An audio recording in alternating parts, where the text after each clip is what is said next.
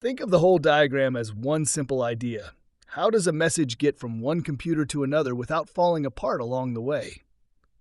The OSI model answers that by breaking the journey into 7 clear steps, each with a very specific job. Start at the top. Layer 7, the application layer, is where everything begins. This is what you interact with as a human. Your browser, your email app, your chat tool.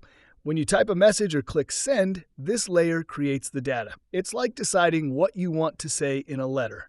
Nothing technical yet, just the message itself. Next comes layer 6, the presentation layer. This one acts like a translator. It makes sure the data is in a format the other side can understand. If encryption is needed, this is where it happens. Compression too. Using the letter analogy, this is where you translate your message into the right language and maybe seal it in an envelope so only the recipient can read it. Layer 5 is the session layer, and this is all about conversation management.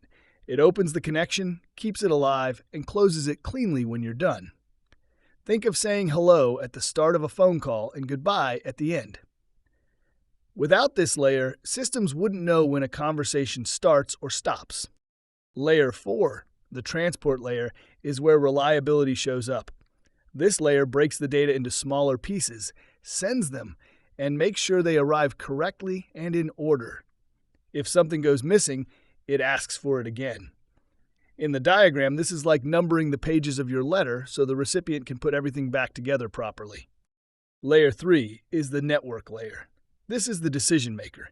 It figures out where the data needs to go and the best path to get there using IP addresses. Imagine writing the full destination address on the envelope and letting the postal system decide which roads and hubs it should travel through. Layer 2, the data link layer, handles local delivery. Once the data is close to its destination, this layer makes sure it gets to the right device on the local network using MAC addresses.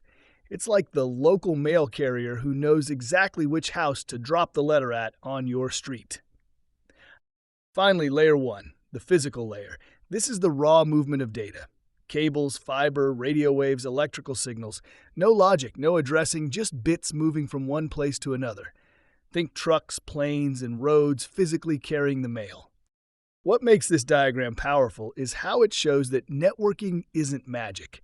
It's a chain of responsibilities. Each layer does one job well and then hands things off to the next. When something breaks, engineers don't panic. They ask a simple question: which layer is failing? That's also why this matters beyond exams. From a business perspective, this layered thinking helps teams troubleshoot faster, design better systems, and communicate clearly. Instead of saying the network is broken, you can say encryption failed at the presentation layer or packets are dropping at the transport layer. That precision saves time and money.